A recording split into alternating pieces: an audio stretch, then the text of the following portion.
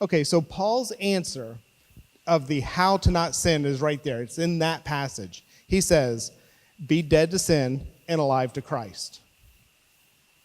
Okay, that's super simple, right? I'll just be dead to sin. This is where two things come into place that you need in order to accomplish this. See, I don't want to leave you with just saying, be dead to sin. Now, there's another how. How do I do that? Well, these two things will come into place. Grace and revelation. So remember, grace is power. Revelation is anything that the Spirit reveals to you. It's a full understanding. It's coming into a full understanding, not just knowing it with your head, but knowing it through and through where it affects the way you live. That's revelation. Now, let's talk about revelation first. What we need is a revelation of what truly happened to us when we got saved. We need this because this is what we need to live out of. This is a foundation that we can build our lives on that enables us to do this. Now, in Romans 6:13, we just read this. Or no, I'm sorry, this is the next verse coming up. It says, do not present your members as instruments of unrighteousness to sin, but present yourselves to God as being alive from the dead, and your members as instruments of righteousness to God. That phrase, alive from the dead. We are alive from the dead. That's the revelation. Are we really alive from the dead? See, two things are implied in that statement. Number one, you were dead. Number two, now you're not. That's what the phrase alive from the dead means. Let's go back to the first verses we read. We opened up with, I'll just read two of them, Romans 6, 2 through 3. We had just read these. Certainly not. How shall we who died to sin live any longer in it? Or do you not know that as many of us as were baptized into Christ Jesus were baptized into his death? Here is the revelation that you must come to terms with in order to be victorious over sin.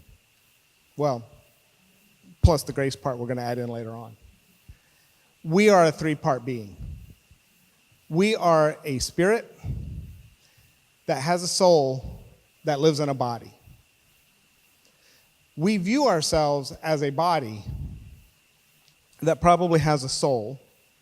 And sometimes we think about our spirit. Now, if you've been going to this church any length of time, you've seen this diagram. You have heard this teaching. But this is one of those things that I feel like can't be said enough. Because if you don't understand this, nothing else makes sense. You are a spirit. When we are born, our spirit is united with the sin nature. That came from Adam. It's a part of being human, right? That is when you are only human.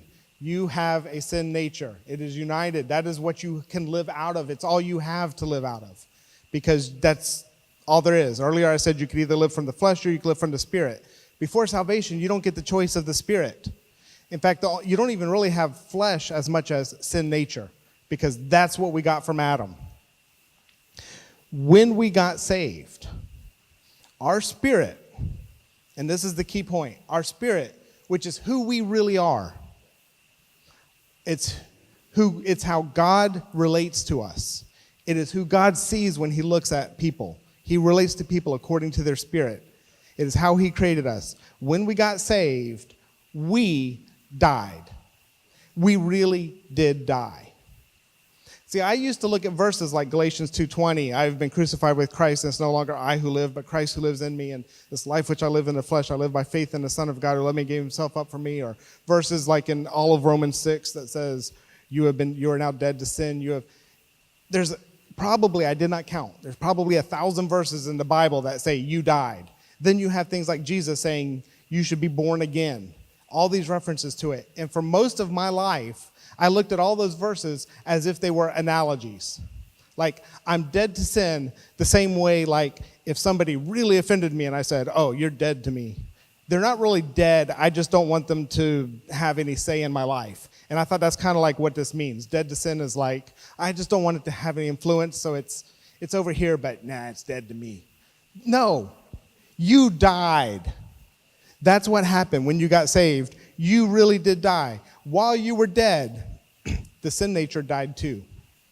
Your spirit dies, the sin nature dies. Then there's a resurrection. But because the sin nature is ripped out, it has to be replaced with something. We receive the Spirit of Christ. So now we don't have to live out of the sin nature. We can now live out of the Spirit of Christ.